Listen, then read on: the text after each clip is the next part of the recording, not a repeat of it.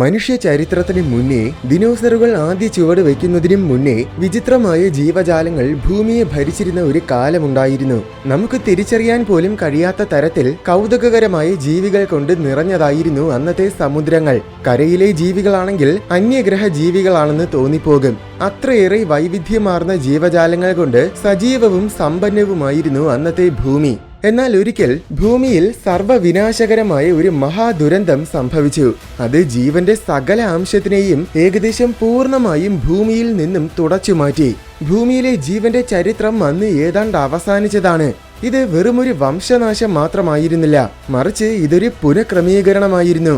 ഇതിന്റെ അനന്തരഫലമായിട്ട് ഭൂമിയുടെ ജൈവമണ്ഡലം മൊത്തത്തിൽ തകർന്നുപോയി. 90% കൂടുതൽ ജീവജാല വർഗങ്ങളും അപ്രത്യക്ഷമായി. മുഴുവൻ ആവാസ വ്യവസ്ഥകളും തുടച്ചു നീക്കപ്പെട്ടു. ചുരുക്കി പറഞ്ഞാൽ ഭൂമി മൊത്തത്തിൽ വാസയോഗ്യമല്ലാത്ത ഒരു ഗ്രഹമായി മാറി. പക്ഷേ ഇത്രയും വലിയ ഭീകരത ഭൂമിയിൽ ഉണ്ടാകാൻ എന്താണ് കാരണം? അതിന്റെ ഉത്തരവും തേടി ഇന്ന് നമ്മൾ ഭൂമിയുടെ ചരിത്രത്തിലെ ഏറ്റവും മാരകമായ അധ്യായത്തിലേക്കാണ് പോകുന്നത്.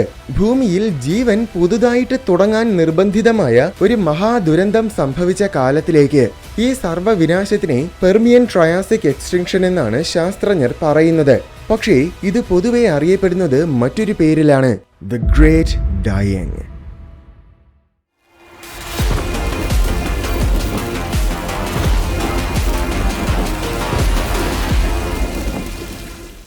ഭൂമിയിൽ ജീവന്റെ ചരിത്രം തുടങ്ങിയിട്ട് 380 കോടി വർഷങ്ങളിൽ കൂടുതലായി. ഇത്രയും കാലങ്ങൾക്കിടയിൽ ഉൽക്കാപതനം, സൗരക്കാറ്റ്, അഗ്നിപർവ്വത വിസ്ഫോടനം, ഭൂമികുലുക്കം, കാട്ടുതീ, വരൾച്ച, അങ്ങനെ ഭൂമിയിലെ ജീവന് പല വെല്ലുവിളികളും നേരിടേണ്ടി വന്നിട്ടുണ്ട്. പൊതുവെ ഇതൊന്നും ജീവനെ കാര്യമായിട്ട് ബാധിക്കാറില്ല. എന്നാൽ ചില സാഹചര്യങ്ങളിൽ ഇതെല്ലാം അതിതീവ്രമായ രീതിയിൽ സംഭവിക്കും. അപ്പോഴാണ് ഭൂമിയിൽ വംശനാശങ്ങൾ സംഭവിക്കുന്നത്. നിലവിൽ 100-ൽ കൂടുതൽ തവണ വംശനാശങ്ങൾ സംഭവിച്ചിട്ടുള്ളതിന്റെ തെളിവുകൾ ശാസ്ത്രജ്ഞർക്ക് കണ്ടെത്താൻ സാധിച്ചിട്ടുണ്ട്. അതിൽ 5 എണ്ണം വളരെ തീവ്രമായിരുന്നു. തീവ്രമെന്ന് വെച്ചാൽ ഭൂമിയിലെ പകുതിയിൽ കൂടുതൽ ജീവജാലങ്ങളെയും നശിപ്പിച്ചു കളഞ്ഞ വംശനാശങ്ങൾ. അവയെ മാസ് എക്സ്റ്റിങ്ഷൻസ് അഥവാ മഹാവംശനാശങ്ങൾ എന്നാണ് പറയുന്നത്. ഇതിൽ ഏറ്റവും പ്രശസ്തമായത് KT മാസ് എക്സ്റ്റിങ്ഷൻ ആണ്, അതായത് ദിനോസറുകളുടെ വംശനാശം. വംശനാശം എന്ന് കേൾക്കുമ്പോൾ തന്നെ ഒരുപക്ഷെ ഇതായിരിക്കും നമ്മുടെ മനസ്സിൽ ആദ്യം ഓടിയെത്തുന്നത്. ഭീമാകാരമായ ഒരു ഉൽക്കവന്ന് പതിച്ചതിന്റെ ആഘാതത്തിലാണിത് സംഭവിച്ചത്. ഈ ഉൽക്കാപതനത്തിന് ഹിരോഷിമയിൽ വീണ അറ്റോമിക് ബോംബിന്റെ 700 കോടി മടങ്ങ് ശക്തിയുണ്ടായിരുന്നു. ഇത് കാരണം ഡൈനോസേഴ്സ് മാത്രമല്ല, അന്ന് ഭൂമിയിൽ ഉണ്ടായിരുന്ന 75% കൂടുതൽ ജീവജാല വർഗങ്ങളും പൂർണ്ണമായും നശിച്ചുപോയി. ഈ മഹാവംശനാശത്തിന് ശേഷം ഭൂമിയുടെ ആവാസ വ്യവസ്ഥകളൊക്കെ പഴയതുപോലെ ആകാൻ പല ദശലക്ഷം വർഷങ്ങൾ വേണ്ടിവന്നു. പക്ഷേ യഥാർത്ഥത്തിൽ തീവ്രതയുടെ അടിസ്ഥാനത്തിൽ നോക്കുമ്പോൾ 5 മാസ് എക്സ്റ്റിങ്ഷൻസിലും വെച്ച് ഏറ്റവും ചെറുതായിരുന്നു ദിനോസറുകളുടെ വംശനാശം. 1-ാം സ്ഥാനത്ത് നിൽക്കുന്നത് ദ ഗ്രേറ്റ് ഡൈയിങ് ആണ്. ഇതുമായിട്ട് താരതമ്യം ചെയ്ത് നോക്കുമ്പോൾ ദിനോസറുകളുടെ വംശനാശം ഒന്നുമല്ലെന്ന് തോന്നിപ്പോകും. കാരണം ഗ്രേറ്റ് ഡൈയിങ്ങിൽ നിന്നും കരകയറാൻ ഭൂമിക്ക് 3 കോടി വർഷങ്ങളിൽ കൂടുതൽ കാലം വേണ്ടി വന്നു. 30 കോടി വർഷങ്ങൾക്ക് മുൻപ് മുതൽ 25 കോടി വർഷങ്ങൾക്ക് മുൻപ് വരെയുള്ള കാലഘട്ടമാണ് പെർമിയൻ പീരീഡ്. ഈ പീരീഡിന്റെ അവസാനത്തിലാണ്, അതായത് 25 കോടി വർഷങ്ങൾക്ക് മുൻപാണ് ഗ്രേറ്റ് ഡൈയിങ് സംഭവിച്ചത്. ഈ മഹാവംശനാശം തുടങ്ങുന്നതിന് മുൻപും ഭൂമിയിലെ അവസ്ഥകൾ അത്ര രസകരമായിരുന്നില്ല. കാരണം ഗ്രേറ്റ് ഡൈയിങ് തുടങ്ങുന്നതിനും 70 ലക്ഷം വർഷങ്ങൾക്ക് മുൻപ് ഭൂമിയിൽ മറ്റൊരു വംശനാശം സംഭവിച്ചിരുന്നു. ക്യാപിറ്റേനിയൻ എക്സ്റ്റിങ്ഷൻ എന്നാണ് അതിനെ പറയുന്നത്. അതിൽ നിന്നും ഭൂമി പതിയെ റിക്കവർ ആയിക്കൊണ്ടിരിക്കുകയായിരുന്നു. അതിനു പുറമെ ആ കാലഘട്ടത്തിൽ, അതായത് പെർമിയൻ പീരീഡിൽ, ഭൂമിയുടെ കാലാവസ്ഥകളും ആകെ തകിടം മറിഞ്ഞ അവസ്ഥയിലായിരുന്നു. അന്ന് ഭൂമിയുടെ ഉപരിതലത്തിന് ഇന്നത്തേതിനേക്കാൾ ഒരുപാട് ചൂട് കൂടുതലായിരുന്നു. ചൂടെന്ന് വെച്ചാൽ ഇക്വേറ്റർ ഭാഗത്തിലൊക്കെ 74 ഡിഗ്രി സെൽഷ്യസിന് മുകളിൽ താപനില ഉയർന്നിരുന്നു. താപനില 40 ഡിഗ്രി എത്തുമ്പോൾ തന്നെ എത്രമാത്രം പ്രയാസമാണെന്ന് നമുക്കറിയാം. അപ്പോൾ അന്നത്തെ അവസ്ഥ നിങ്ങളൊന്ന് ആലോചിച്ച് നോക്കൂ.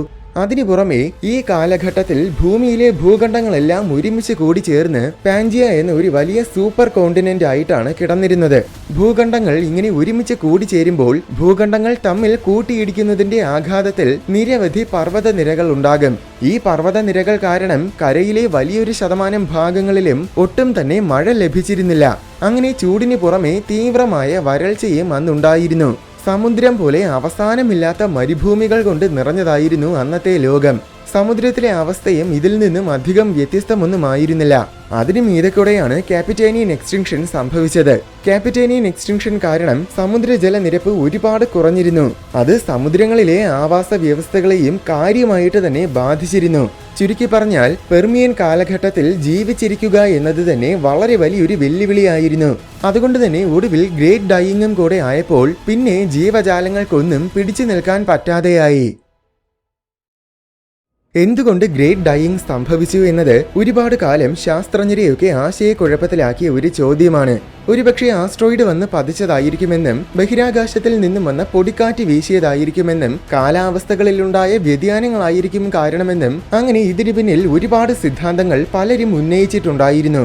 എന്നാൽ ശരിക്കുമുള്ള കാരണം മനസ്സിലാക്കാനുള്ള തെളിവുകൾ വളരെ അടുത്ത കാലത്താണ് ശാസ്ത്രജ്ഞർക്ക് കിട്ടിയത്. സംഭവം അഗ്നിപർവ്വതങ്ങളായിരുന്നു യഥാർത്ഥ കാരണം. പക്ഷേ മനുഷ്യരാശി കണ്ടിട്ടുള്ളത് പോലത്തെ അഗ്നിപർവ്വത വിസ്ഫോടനങ്ങളൊന്നുമല്ല ഇത്. റഷ്യയിലാണ് ഈ വോൾക്കാനിക് എറപ്ഷൻ സംഭവിച്ചത്. അതിന്റെ അനന്തരഫലങ്ങൾ ഇന്നും നമുക്ക് റഷ്യയിൽ കാണാം. അതായത് റഷ്യയിലെ സൈബീരിയൻ ട്രാപ്സ് എന്ന ഭാഗത്തിൽ 70 ലക്ഷം സ്ക്വയർ കിലോമീറ്ററോളം വിസ്തീർണതയിൽ മുഴുവൻ ഇന്ന് വോൾക്കാനിക് പാറകൾ കൊണ്ട് നിറഞ്ഞിരിക്കുന്നത് നമുക്ക് കാണാം.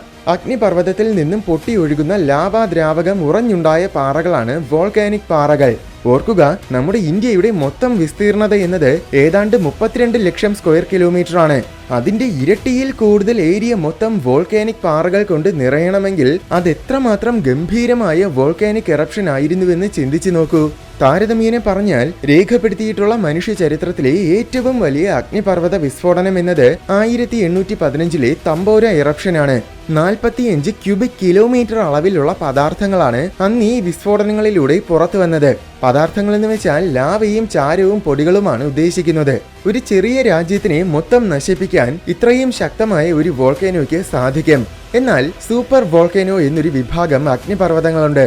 ഭൂമിയിലെ ഏറ്റവും പവർഫുൾ ആയ വോൾക്കാനോകളാണിവ. ഇതിനെക്കുറിച്ച് പണ്ട് ഞാനൊരു വീഡിയോ ചെയ്തിട്ടുണ്ട്. ലോകത്തിൽ നിരവധി സൂപ്പർ വോൾക്കാനോകൾ ഉണ്ടെങ്കിലും ഭാഗ്യവശാൽ ഒരെണ്ണം പോലും ഇന്ന് ആക്റ്റീവ് അല്ല. അതിനൊരു ഉത്തമ ഉദാഹരണമാണ് ഇന്തോനേഷ്യയിലെ ടോബ സൂപ്പർ വോൾക്കാനോ. 74,000 വർഷങ്ങൾക്ക് മുൻപാണ് ഇത് അവസാനമായിട്ട് പൊട്ടിയൊഴുകിയത്. അന്ന് 2800 ക്യൂബിക് കിലോമീറ്ററിലും കൂടുതൽ അളവിലുള്ള പദാർത്ഥങ്ങളാണ് ഇതിൽ നിന്നും പുറത്തു വന്നത്. തമ്പോര വോൾക്കാനോയേക്കാൾ 100 മടങ്ങോളം ശക്തമായിരുന്നു ഈ സൂപ്പർ വോൾക്കാനോ.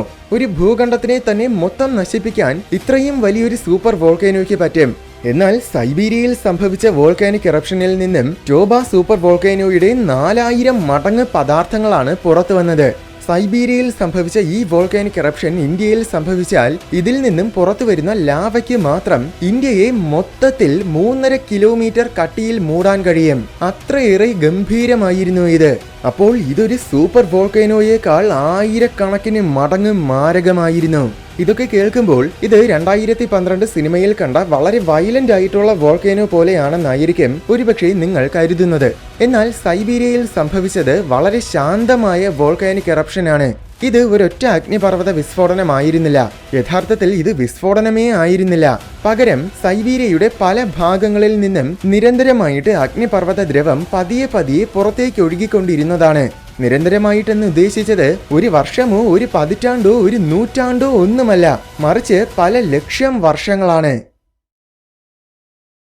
ഈ വോൾക്കാനിക് എറപ്ഷൻ അന്ന് സൈബീരിയയെ മൊത്തത്തിൽ ശരിക്കും നരകതുല്യമാക്കി മാറ്റിയിരുന്നു. കാരണം അന്ന് സൈബീരിയ മുഴുവൻ ഇതിൽ നിന്നുമുള്ള ലാവ നിറഞ്ഞു കിടക്കുകയായിരുന്നു. അവിടുത്തെ ഭൂരിപക്ഷം ജീവജാലങ്ങളും ഈ ലാവയിൽ വീണ് തന്നെ വെന്ത് മരിച്ചു കാണും. ലാവയിൽ വീണില്ലെങ്കിലും ജീവികളെ കൊല്ലാൻ ലാവയുടെ ചൂട് തന്നെ ധാരാളമാണ്. കാരണം 1200 ഡിഗ്രി സെൽഷ്യസിന് മുകളിലാണ് ലാവയുടെ താപനില. പക്ഷേ ലാവ കൊല്ലുന്നതിന് മുൻപ് തന്നെ സൈബീരിയയിലെ ജീവികളൊക്കെ നശിക്കാൻ തുടങ്ങിയിട്ടുണ്ടാകും. എന്തെന്നാൽ ഈ വോൾക്കാനിക് എറപ്ഷൻ സൈബീരിയയിൽ വലിയ രീതിയിൽ കാട്ടുതീകൾ പടർത്തി വിട്ടിട്ടുണ്ട്. ഈ തീയിൽപ്പെട്ടും ഒരുപാട് ജീവികൾ ചാരമായിട്ടുണ്ട്. പക്ഷേ ഈ വോൾക്കാനിക് എറപ്ഷന്റെ ആഘാതങ്ങൾ സൈബീരിയയിൽ മാത്രം ഒതുങ്ങുന്നതായിരുന്നില്ല. കാലക്രമേണ ഇത് ലോകത്തിനെ മൊത്തം ബാധിച്ചു. മൊത്തം എന്ന് വെച്ചാൽ ഇതിന്റെ പാർശ്വഫലങ്ങൾ ഏൽക്കാത്ത ലോകത്തിലെ ഒരു സ്ഥലം പോലും ബാക്കിയുണ്ടായിരുന്നില്ല. എന്നാൽ അതിന്റെ കാരണം ലാവയല്ല, ലാവയ്ക്ക് സൈബീരിയയെയും അതിന് സമീപമുള്ള പ്രദേശങ്ങളെയും മാത്രമേ ബാധിക്കാൻ കഴിയൂ. പക്ഷേ ലാവയ്ക്ക് പുറമെ വോൾക്കാനിക് എറപ്ഷൻസിൽ നിന്നും വൻതോതിൽ കാർബൺ ഡയോക്സൈഡും ചാരവും സൾഫർ ഡയോക്സൈഡും ക്ലോറിനും അതുപോലെയുള്ള മറ്റ് പദാർത്ഥങ്ങളുമൊക്കെ പുറത്തുവരും. നിഗമന പ്രകാരം ഇത്തരത്തിലുള്ള 2 ലക്ഷം ജിഗാ ടൺസിൽ കൂടുതൽ പദാർത്ഥങ്ങളാണ് അന്ന് ഈ വോൾക്കാനോയിൽ നിന്നും പുറത്തു വന്നത്. എന്നുവെച്ചാൽ മൗണ്ട് എവറസ്റ്റിന്റെ 1000 മടങ്ങ് ഭാരത്തിന് തുല്യമായ അളവിലുള്ള പദാർത്ഥങ്ങൾ. ചാരം അന്തരീക്ഷത്തിലേക്ക് ഉയർന്നു പൊങ്ങുകയും ആയിരക്കണക്കിന് കിലോമീറ്ററുകളോളം വ്യാപിക്കുകയും ചെയ്യും. ഈ ചാരം മൊത്തം അധികം വൈകാതെ തിരിച്ച് മഴ പോലെ പൊഴിഞ്ഞ് നിലത്ത് വീഴും. അത് കാരണം ലോകം മൊത്തം അന്ന് ഒരുപാട് കാലങ്ങളോളം ചാരം കൊണ്ട് മൂടപ്പെട്ടിരുന്നു. ഏകദേശം എല്ലാ ശുദ്ധജല സ്രോതസ്സുകളും ഈ ചാരം വീണ് ഉപയോഗശൂന്യമായ രീതിയിൽ മലിനമായി. അങ്ങനെ കുടിവെള്ളം പോലും കിട്ടാത്ത അവസ്ഥയായിരുന്നു അന്ന്. ഓൾറെഡി അന്നത്തെ കാലത്തിൽ തീവ്രമായ വരൾച്ചയുണ്ടായിരുന്നു എന്ന കാര്യവും കൂടെ ഓർക്കണം. അതിനു പുറമെ ഈ ചാരമൊക്കെ സസ്യജാലങ്ങൾക്ക് മീതെ വന്ന് വീഴുന്നത് കാരണം അവയ്ക്ക് പിന്നെ സൂര്യപ്രകാശം കിട്ടാൻ പ്രയാസമാകും. സൂര്യപ്രകാശം കിട്ടാതെ ഫോട്ടോസിന്തസിസ് നടത്താനും സാധിക്കില്ല. അങ്ങനെ കാലക്രമേണ സസ്യജാലങ്ങളൊക്കെ നശിക്കാൻ തുടങ്ങും. കരയിലെ ആഹാര ശൃംഖലയുടെ അടിസ്ഥാനമാണ് സസ്യജാലങ്ങൾ. അതുകൊണ്ട് തന്നെ അവ നശിച്ചാൽ പിന്നെ ബാക്കിയുള്ള മൊത്തം ജീവിവർഗങ്ങളും കഷ്ടത്തിലാകും. ചാരത്തിന് പുറമെ വോൾക്കാനിക് എറപ്ഷനിൽ നിന്നും വമിക്കുന്ന പുകപടലങ്ങളിൽ നിരവധി ആസിഡുകളും ഉണ്ടായിരിക്കും. ഈ ആസിഡുകളും അന്തരീക്ഷത്തിലെത്തും. ഇതെല്ലാം പിന്നീട് ആസിഡ് മഴയായിട്ട് തിരിച്ച് നിലത്ത് വരികയും ചെയ്യാറുണ്ട്. അപ്പോൾ ഗ്രേറ്റ് ഡൈയിങ്ങിന്റെ കാലം മുഴുവൻ ഭൂമിയിൽ നിരന്തരമായിട്ട് ആസിഡ് മഴകൾ പെയ്യുന്നുണ്ടായിരുന്നു. ഇതിനേക്കാളുമൊക്കെ വലിയൊരു പ്രശ്നം തീവ്രമായ ചൂടായിരുന്നു. വോൾക്കാനിക് എറപ്ഷനിൽ നിന്ന് വമിക്കുന്ന കാർബൺ ഡയോക്സൈഡും സൾഫർ ഡയോക്സൈഡും പോലെയുള്ള വാതകങ്ങൾ യഥാർത്ഥത്തിൽ ഗ്രീൻ ഹൗസ് വാതകങ്ങളാണ്. എന്നുവെച്ചാൽ ആഗോള താപനം കൂട്ടാൻ സഹായിക്കുന്ന വാതകങ്ങൾ.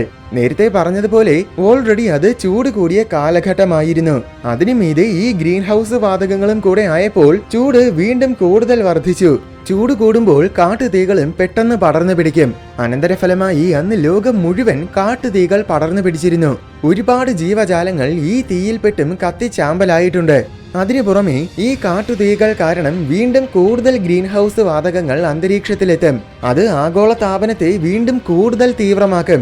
അങ്ങനെ അന്നത്തെ ഭൂമിയുടെ ശരാശരി താപനില പോലും 40 ഡിഗ്രി സെൽഷ്യസിന് മുകളിലായിരുന്നുവെന്നാണ് നിഗമനം. താരതമ്യേന പറഞ്ഞാൽ ഇന്നത്തെ ശരാശരി താപനില വെറും 15 ഡിഗ്രി സെൽഷ്യസ് ആണ്.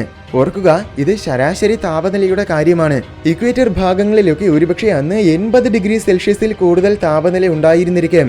40 ഡിഗ്രി സെൽഷ്യസ് എന്നത് ഒരു വലിയ താപനിലയായിട്ട് തോന്നിയില്ലെങ്കിൽ ഓർക്കുക, 2010 ജൂലൈയിൽ ഇതേ സൈബീരിയയിൽ തന്നെ ഒരു മാരകമായ ഹീറ്റ് വേവ് അഥവാ ഉഷ്ണതരംഗമുണ്ടായി. ആ മാസം അവിടുത്തെ ശരാശരി താപനില എന്നത് വെറും 30 ഡിഗ്രി സെൽഷ്യസ് ആയിരുന്നു. ഒരു മാസം പോലും ഈ ഹീറ്റ് വേവ് നിലനിന്നില്ല. എന്നിട്ട് പോലും 55,000-ൽ കൂടുതൽ പേരാണ് തീവ്രമായ ചൂട് കാരണം അവിടെ കൊല്ലപ്പെട്ടത്. അപ്പോൾ ലോകം മുഴുവൻ പല ലക്ഷം വർഷങ്ങളോളം കാലം ശരാശരി 40 ഡിഗ്രി സെൽഷ്യസ് താപനില ആയിരുന്നാലുള്ള അവസ്ഥ ഒന്ന് ആലോചിച്ച് നോക്കൂ. അന്നത്തെ ജീവികളെല്ലാം പ്രഷർ കുക്കറിനകത്ത് ജീവിക്കുന്നത് പോലെ ആയിരുന്നിരിക്കും ജീവിച്ചിരുന്നത്. ചൂടിന് പുറമെ റേഡിയേഷനും ഒരു ഗുരുതര പ്രശ്നമായിരുന്നു. അതായത് വോൾക്കാനിക് എറപ്ഷനിൽ നിന്നും വമിക്കുന്ന വാതകങ്ങളിൽ വലിയ അളവിൽ ഹാലോ കാർബൺസും ഉണ്ടായിരിക്കും. ഓസോൺ ലെയറിനെ നശിപ്പിക്കുന്ന വാതകങ്ങളാണ് ഹാലോ കാർബൺസ്. അതിനാൽ തന്നെ അന്ന് ഓസോൺ ലെയർ തീരെ ദുർബലമായി കാണും. സൂര്യന്റെ മാരകമായ UV റേഡിയേഷനിൽ നിന്നും നമ്മളെല്ലാം സേഫ് ആക്കി നിർത്തിയിരിക്കുന്നത് ഓസോൺ പാളിയാണ്. ഓസോൺ പാളി ഇല്ലെങ്കിൽ സൂര്യാഘാതവും ക്യാൻസറും ഒക്കെ എപ്പോഴും സംഭവിച്ചുകൊണ്ടിരിക്കും. അതേ അവസ്ഥ തന്നെയായിരുന്നു അന്നത്തെ ജീവികൾക്ക്. എന്തെന്നാൽ അന്ന് ഇക്വേറ്റർ ഭാഗത്ത് ഇന്നത്തേതിനേക്കാൾ 4 മടങ്ങ് റേഡിയേഷൻ ഉണ്ടായിരുന്നു. ധ്രുവപ്രദേശങ്ങളിലാണെങ്കിൽ 50 മടങ്ങിൽ കൂടുതലും. ഇത്രയും മാരകമായ റേഡിയേഷൻ കാരണം അന്ന് പല ജീവികൾക്കും മാരകമായ മ്യൂട്ടേഷൻസ് സംഭവിച്ചിരുന്നു. ഈ മ്യൂട്ടേഷൻസ് കാരണവും അന്ന് ഒരുപാട് വർഗങ്ങൾക്ക് വംശനാശം സംഭവിച്ചിട്ടുണ്ട്. അന്തരീക്ഷത്തിലുള്ള വ്യതിയാനങ്ങൾ കാരണം തീർച്ചയായും അന്നത്തെ കാലാവസ്ഥകളും ആകെ തകിടം മറിഞ്ഞിട്ടുണ്ടാകും. കാലാവസ്ഥകൾ മാറുന്ന വേഗത്തിൽ ജീവജാലങ്ങൾക്ക് മാറാൻ കഴിയാത്തതിനാൽ നല്ലൊരു ശതമാനം ജീവിവർഗങ്ങൾ അത് കാരണവും നശിച്ചിട്ടുണ്ടാകും. ഇതിനെല്ലാത്തിനും പുറമെ ഓക്സിജനും അന്നൊരു വലിയ പ്രശ്നമായിരുന്നു. അതായത് വോൾക്കാനിക് എറപ്ഷൻ തുടങ്ങുന്നതിന് മുന്നേ പെർമിയൻ കാലഘട്ടത്തിൽ അന്തരീക്ഷത്തിൽ ഓക്സിജന്റെ അളവ് ഇന്നത്തേതിനേക്കാൾ കൂടുതലായിരുന്നു. അത്രയും കൂടുതൽ ഓക്സിജൻ ശ്വസിച്ച് ജീവിക്കുന്ന രീതിയിലാണ് അന്നത്തെ ജീവികളൊക്കെ പരിണമിച്ചത്.